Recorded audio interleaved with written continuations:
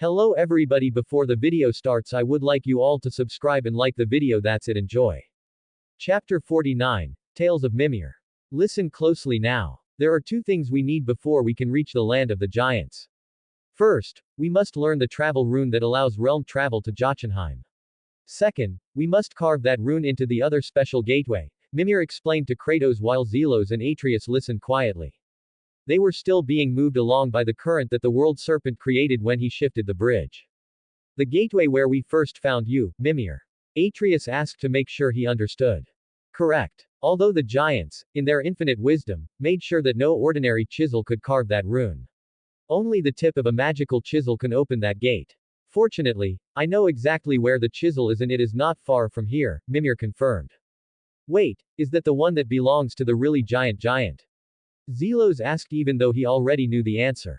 That is exactly the one, Mimir replied, which only added to Atreus' confusion. Kratos simply listened in silence. What are you two talking about? Atreus asked as he looked between them. I will tell you the story once we get closer. First, find me a boat and I will take you to the chisel, Mimir said. Atreus immediately grew excited, already anticipating another long tale. Zelos shared that excitement even though his reasons were different. This time he would be experiencing the events in person rather than watching them in a game, so everything felt more real and more engaging.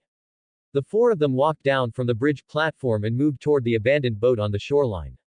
Zelos used the new magic he learned from Mimir to enlarge the boat. It surprised him that he had never created a simple enlargement spell before despite being able to construct far more complicated ones. The snake looked angry earlier. Did you say something wrong, Mimir? Atreus asked, remembering how the world serpent reacted before calming down. The world serpent thought that Mimir introduced himself as a friend of Odin and Thor.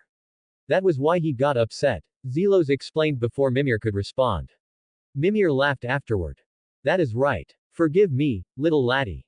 I have never spoken the dead tongue while sober, Mimir admitted. Atreus sighed in relief, grateful that the misunderstanding did not result in the serpent snapping them in half. Let us go, Kratos said. His tone made it clear that his patience had already been tested by the ongoing chatter. The three boarded the enlarged boat without trouble, and there was more than enough room for all of them due to the magic Mimir had taught Zelos. This spell is incredibly convenient. I am honestly surprised that I never thought of it myself, Zelos said. Mimir smiled widely, clearly pleased to finally be on an adventure again after being stuck on a tree for so long. No one is more surprised than I am, little brother. You can create advanced magic with complicated mechanics that even I have trouble following, yet simple techniques like this seem to slip by you, Mimir teased. Then something unexpected happened, which made both Zelos and Atreus pause. Kratos spoke. A scholar who reaches for the stars often forgets the grass they stand on. Many warriors do the same. They focus too much on advanced techniques and forget the basics of their training. I taught you to avoid that mistake, yet it seems you may have forgotten, Zelos, Kratos said. His words were calm, but they carried weight. Atreus stared at Kratos with wide eyes, almost shocked. Zelos had the same reaction. What was that? Zelos, did you hear that too? Atreus asked. I heard it. I did not expect father to say something like that. Where did you get that from? Zelos asked. Kratos gave a simple answer. Your mother. The moment he said it, both Zelos and Atreus quieted down. The light-hearted teasing they were about to start disappeared immediately. Kratos did not usually mention Faye so casually, and even he seemed aware that he had spoken more than he intended. Silence filled the boat. The only sounds were the oars slicing the water and the ripples that spread along the lake. Eventually, Kratos broke the silence. This chisel we seek. What exactly is it? Mimir brightened a little, grateful for the shift in mood.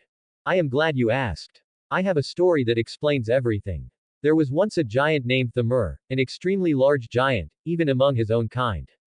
Despite his size, he was the greatest stonemason the world had ever seen. Thor hoped to one day pass his vast knowledge on to his son, Rimthur. Mimir then explained, which he then continued. The problem was that the young lad had the heart of a warrior rather than a craftsman. Perhaps the father had too much fear and caution while the son had too little. Their disagreement grew into a fight, and in his frustration, Thor struck his son. Rimthur ran off into the night. Feeling ashamed and regretful, Thor chased after him. In his emotional state, he became lost while wandering through Midgard. Sadly, He caught the attention of the one person he never wanted to meet alone in the dark woods. Thor. Zelos leaned forward a little. He liked hearing the story in person. Atreus, however, looked troubled. Thor killed him. He fell on a village, did he not? Atreus asked quietly. As the boat drew closer, the destroyed village became visible. When Thor fell, he crushed the entire place. The village was known for worshipping the Vanir god Njord. Thor always bragged about planning the whole thing, but the truth is that the sweaty fool simply got lucky, Mimir said with clear bitterness. It was obvious that Mimir had a long list of regrets related to his time with the Aesir. What about the survivors? Atreus asked with growing concern. Thor was a frost giant. When he died, his final breath froze everything, Mimir answered. His timing lined up perfectly with their arrival at the massive, frozen corpse. Thor lay across the land like a fallen mountain. Atreus stared at the sight with a horrified expression, struggling to comprehend the scale of the tragedy. Zelos, on the other hand, looked at the enormous frozen body with a spark of excitement. The sheer size of the giant, combined with the knowledge of what they were about to do, sparked an idea in his mind as he studied the frozen landscape around them. Chapter 50. Ra. That is a giant, Atreus said, unable to keep his amazement quiet as he stared at Thor's enormous head. The frozen features were so vast that they resembled a mountain more than a face. If someone had walked past without context, they might have believed it was a natural formation created by time rather than the remains of a fallen giant. Kratos also looked upon the scene, although his reaction was far more subdued. His mind drifted back to the titans he had once fought in his homeland, memories that he never welcomed yet could not prevent from surfacing. He remembered the overwhelming scale of those beings, remembered Kronos in particular and the towering presence that had once dwarfed entire landscapes. Thor was smaller than Kronos, but the comparison was still enough to stir Kratos' old recollections, forcing him to confront pieces of a past he had long buried. Hold on, Zelos said as he examined the frozen terrain from a different angle. If the entire village was frozen solid, then the chisel tip on Thor's head must be buried under layers of extremely thick ice. No ordinary flame would melt something like that. Zelos then glanced at Kratos, who in turn looked at Mimir, seeking his opinion. Lad. The boy is correct, Mimir said. The ice surrounding that magical chisel is far too dense. Even Thor himself, with every strike he could muster from Mjolnir, would struggle to shatter something like that. We will need a better approach. Kratos inspected the surroundings carefully. His gaze eventually settled on the enormous hammer resting along the side of the mountain. The size of the weapon was intimidating, yet something about its position made an idea form in his mind. Zelos already sensed what Kratos was thinking, although he allowed him to speak first. I have a plan, Kratos finally said. At that moment, Zelos knew he would likely need to contribute, since wasting time flying repeatedly from one height to another was not something he wanted to do. Your plan involves dropping the hammer on the ice, does it not? Zelos asked. Kratos looked at him and gave a short nod. Yes. Atreus and Mimir exchanged looks filled with uncertainty. And how exactly do you intend for us to accomplish that? Mimir asked. Atreus also waited for his father's explanation with a curious expression. We climb the mountain, free the straps holding the hammer in place, and then allow it to fall, Kratos said. His plans were almost always straightforward. But how will we make sure the hammer falls close to the chisel tip? Atreus asked. That cannot be controlled, Kratos answered. We cut it free, ride the hammer downward, and decide what comes next only once we are already moving. So the plan mostly depends on luck, Mimir said with a sigh. Kratos' expression hardened, clearly unamused. You may offer a different plan if you wish, Kratos replied firmly. Mimir decided it was better not to argue any further. I can make the hammer fall where we want it, Zelos said. He finally stepped into the discussion, sensing that the timing was right. All three turned to look at him. Atreus and Mimir both seemed hopeful that Zelos had a better solution. I will move it by using raw magic, Zelos said. No spell, just pure mana. It will be similar to levitation, but at a much greater scale. Atreus and Mimir looked slightly disappointed.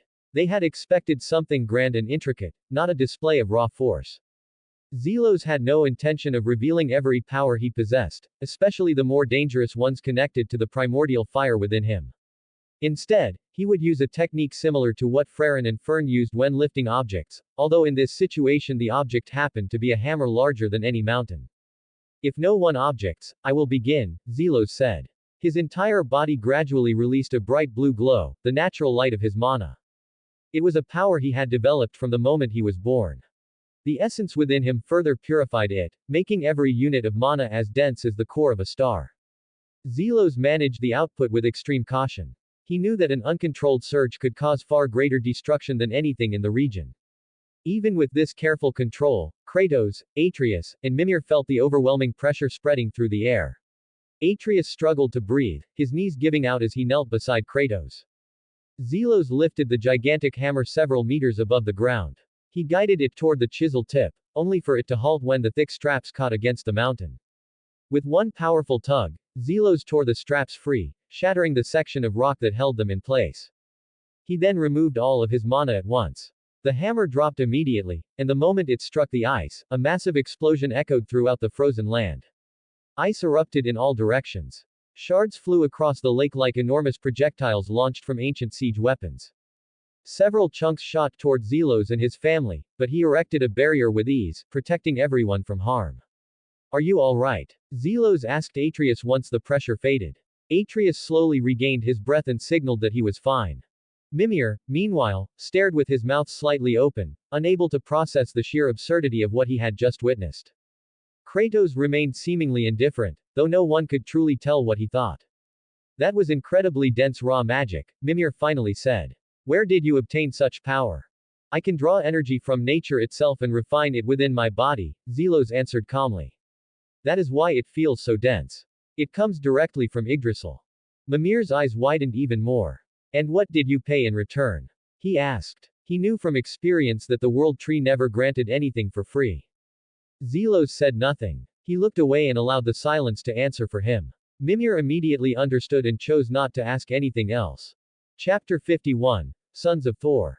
The four continued walking along the uneven path, following Mimir's guidance toward the location of the magic chisel. As they moved closer, the scale of the damage caused by the falling hammer became increasingly clear. What had once been a frozen landscape shaped by time and nature was now shattered, cracked, and partially buried under massive debris. The entire region looked as if a giant had struck the world itself with overwhelming force, which in a sense had actually happened. Mimir let out a low hum as he surveyed the destruction. He sounded torn between frustration and acceptance. This kind of devastation would normally be unthinkable, he said, shaking his head slightly. Although considering the circumstances, I suppose there was no gentler option. Atreus nodded in agreement as he looked over the broken terrain. Entire ice ridges had collapsed, frozen structures had split apart, and the scattered remnants of what used to be natural formations now looked as if a battlefield had swallowed the land. Zelos glanced at the area with a calm expression. Do not worry. Once we get the chisel, I can restore the surroundings to the way they were before. It will not take much effort. I just need a bit of time, he said, trying to reassure Mimir and Atreus. Mimir sighed softly. That is not what I am concerned about, little brother, although it is good to hear. Destruction on this scale, even if reversible, is still not something to take lightly. But it is done and we must move forward. They continued deeper into the frozen ruins, and as they approached the center where the chisel was embedded in the ice, the cold air carried echoes of voices. The sound traveled easily across the open, icy space, allowing them to hear the conversation of two individuals long before they came into sight. That was impressive strength. I never thought anyone could lift something like that, one voice said. The tone clearly belonged to Magni, which immediately caused Mimir to tense. That was magic, you idiot. Even Father would struggle to lift that hammer by hand. Nobody is stronger than Father, another voice replied sharply. It belonged to Modi, whose irritation was the same as always. Magni did not seem to like the insult, and his voice turned more serious. Do not underestimate them. They managed to defeat Uncle. Something neither of us has done. Modi scoffed. Uncle was probably having one of his strange episodes again. You know how broken that man's mind is. He loses track of reality half the time.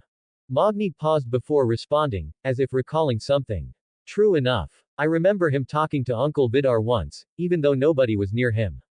The man was as confused as a wandering sheep. Modi let out a small noise of agreement. Even so, Magni continued, we should take this seriously. I have no intention of disappointing Father. Not again and not ever. The voices faded as the two moved further away from the range of hearing. Mimir released a quiet groan. That confirms it. Those were the sons of Thor, Magni and Modi. We must be careful, brother, he said to Kratos, who expressed his agreement with a low grunt. Zelos, on the other hand, felt something entirely different.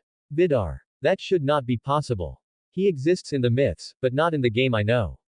Did something I did change the story? Did my presence shift something behind the scenes? The thought bothered him more than he expected. Atreus noticed the silence from his brother. Something on your mind, Zelos? He asked. Yes. I have been wondering about something I heard in their conversation earlier, Zelos answered. Mimir, the two of them seem to hold some sort of resentment toward each other. Can you explain where that comes from? Mimir blinked, then nodded. Ah, that would be tied to a certain giant named Rungunar, he said. This immediately caught the interest of both Kratos and Atreus. They moved closer to Mimir to listen.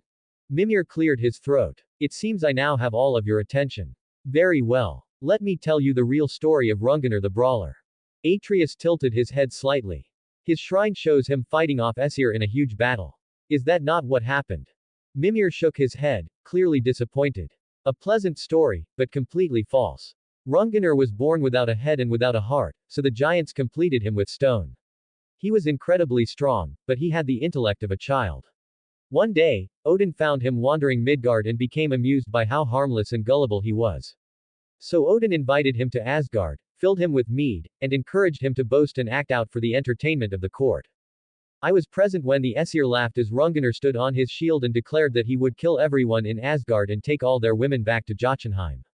Then Thor entered the hall. While everyone else laughed, Thor did not. He walked up to Rungunar and brought Mjolnir down on his head with such force that to this day, pieces of Rungunar remain stuck in Thor's skull. The blow stunned Thor so badly that he did not notice Rungnir's enormous body falling directly on top of him. It landed on him with a sickening sound. And again, the entire hall burst into laughter. Atreus stared at Mimir in disbelief, and even Kratos remained quiet for a moment. The story was far different from what Faye had ever told. Atreus then spoke up. What does that have to do with Magni and Modi? Mimir nodded. After Rungunar collapsed onto Thor, no one could lift the stone body off of him. Thor was unable to help because he could barely stay conscious. None of Odin's men were strong enough. Then little Magni and Modi appeared. They were no taller than shrubs at the time, but while nobody else was looking, they managed to flip Rungnir's body and free their father. Magni, because he was blonder, received all the praise, and Modi received nothing. Modi held that resentment for years, and he never let it go. Before Atreus could respond, Kratos suddenly said, "Enough. We are close." His tone was stern and calm, reminding them that they were in hostile territory. There it is, brother. The tip of the chisel is right ahead. We should secure it quickly, Mimir said as he pointed toward the enormous shard of magical metal embedded in the ground. The group hurried forward. However, before they could reach it, a loud roar shook the area. The sound came from the top of the cliff towering over the chisel, and in the next instant, something massive plummeted from above. An ogre crashed to the ground with tremendous force, its ribs shattering upon impact. A large man stood on its back, using the creature's body as a platform. The ogre struggled weakly, but the man seized its head and snapped its neck with casual strength, ending the fight instantly. The man then turned to face Kratos and the others.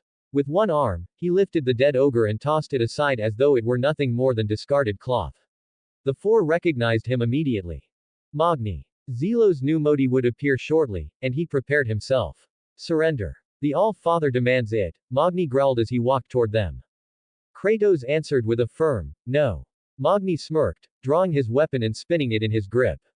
Sparks of electricity flickered along the blade. Good, he said. Kratos turned to Zelos. This fight is mine, Kratos stated. Zelos nodded and stepped back, waiting for Modi to show himself. Soon enough, a familiar figure appeared.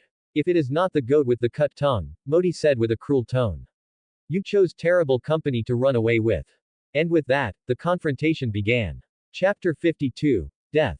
Modi reacted first, shouting with his usual mocking tone. Oh no, brother, the little freak has a bow, and the other one has a sword. What are we going to do? He said as he blocked the arrow that Sindri fired at him. Zelos stood slightly behind Atreus, raising his hand to cast a very basic Zoltrak spell. It was intentionally weak, controlled so it would not tear apart the battlefield, and Modi's enchanted shield blocked it easily. Zelos lowered his hand and spoke with deliberate calm, staring directly at Modi. Do not worry. I will not use my sword on the likes of you. I do not want my blade to be sullied by the blood of Aesir, a bunch of lunatics who piss on themselves. Modi snapped his attention toward him with a twitch in his eye. Oh, we have a slick tongue here. I want to see how you talk when I rip your tongue out of your own head, he said before leaping forward. Lightning sparked across the head of his mace as he swung, but Zelos cast another controlled Zoltrak, gently redirecting the weapon's path. Zelos tilted his head. Cannot you aim correctly? You are already a disappointment to your family. Are you trying to disappoint even your enemies, too? He stepped in and kicked Modi in the stomach, sending him flying back. Modi slammed into the mountain wall with a grunt. Zelos laughed. What a pathetic little boy. You are older than me in years but so much weaker. Should I close my eyes and use one hand to fight you? Just say the word and I will do it. Modi growled and lightning erupted around him. Rage pushed him into faster movement, so fast Atreus had trouble following. Meanwhile, Kratos continued battling Magni, yet he held back in subtle ways, distracted by the knowledge that killing a god always had consequences. His mind weighed the past and the future even as the present demanded his focus. Shut up. Do not talk about me like you know me, you freak. Modi yelled as he swung repeatedly. Zelos dodged each blow with small, precise steps. Zelos mimicked his voice with mocking exaggeration. Shut up. Do not talk about me like you know me, freak. What are you going to do about it? Cry to your mother. Let me help you. Say it. Mother, a mean enemy, is teasing me. Let me suck on your tits for comfort, you inbred fool. The insult made even Magni glance over in anger. He pushed Kratos back with a heavy strike and charged toward Zelos. Before the older brother could reach him, Zelos fired a concussive spell modeled after Cyclops blasts. The beam hit Magni square in the face and hurled him backward. Zelos looked at Magni with no concern at all. Focus on your battle, friend. I am not done with this inbred fool. Maybe that is why he is so stupid. He is probably the result of an inbreeding between Thor and his own grandfather. He only says Sif is his mother, so people will stop teasing him. This time, even Mimir laughed loudly, and Atreus tried to stifle his own snort. The more they reacted, the angrier Modi became. Rage overtook any remaining sense. Modi screamed and abandoned his shield and mace entirely, lunging at Zelos with bare hands. His punches were blind, fast, and unrestrained, filled with lightning but lacking technique. Zelos met each strike with his own fists, and although he did not use his full strength, every impact chipped away at Modi's bones. Punch after punch echoed across the chisel site. Each time their fists collided, a crunch or crack followed, until the final exchange ended in a sharp and horrifying series of snaps. Modi's hands completely shattered. Modi stumbled back, the pain finally cutting through the haze of anger. He screamed, a raw sound of agony that carried across the frozen cliffs. The scream distracted Magni long enough for Kratos to finally commit fully to the fight. The Spartan stepped in with full force, striking again and again with deliberate viciousness. His axe was carved into Magni repeatedly before Kratos ended it by splitting the god's head in half. Modi saw it and screamed again. Magni. He tried to stand but collapsed instantly. Zelos did not give him a chance. He bound Modi's feet to the ground, then grabbed him by the hair, forcing his head up so he could not avoid the sight of Magni's corpse. Take a look at this, Modi Inbredson, Zelos said, pushing Modi's face toward the mutilated remains. Modi trembled, unable to move yet unable to look away. You will regret this. I will repay this blood 1,000 times. I swear on my soul that I will not rest until you get what you deserve. Modi shouted. Zelos raised a brow. Do you even have a soul? If I remember correctly, Aesir do not have souls. But anyway, you should appreciate the view you are seeing today. With a calmness that unsettled even Kratos, Zelos used a modified form of Odin's binding magic. Unlike the original spell used on Mimir, this version trapped everything, including the remnants of Modi's essence. Zelos then dragged Magni's body and hung it on the tree where Mimir had once been bound. After that, he forced Modi upright and bound him to Magni's corpse, leaving them both at the tip of the chisel. Modi struggled, but nothing he did mattered. The magic sealed him completely. Kratos watched the scene unfold and felt a strange mix of unease and recognition. There was cruelty in Zelos' method, a cold precision that reminded Kratos of darker parts of himself. Mimir and Atreus felt the same confusion, unsure where Zelos learned such a merciless approach. What none of them knew was that Zelos carried the weight of Faye's anger. The hatred she buried deep in her heart, the resentment passed down by generations of Jotnar, and the despair of their extinction. Zelos inherited all of it, even the rage that Faye refused to act on. In remembering Modi insulting his mother, even if that world was only a game to him at first, tore open memories and emotions he could not ignore. Zelos looked at the struggling Modi one last time, silent and unreadable, carrying the quiet fury of an entire people inside him. P.S. If it seems out of character, allow me to apologize, but when I was rewatching the playthrough of God of War, I couldn't help but feel angry. I don't even know why, so I made it here. Forgive me once again. To be continued.